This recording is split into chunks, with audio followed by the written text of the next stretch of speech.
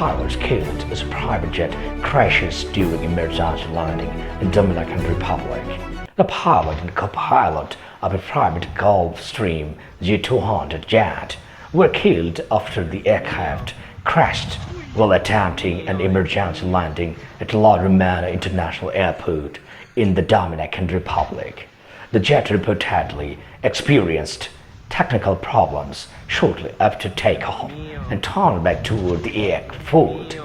During the landing attempt, the aircraft lost control, skidded off the runway, and burst into flames. No passengers were on board at the time of the accident.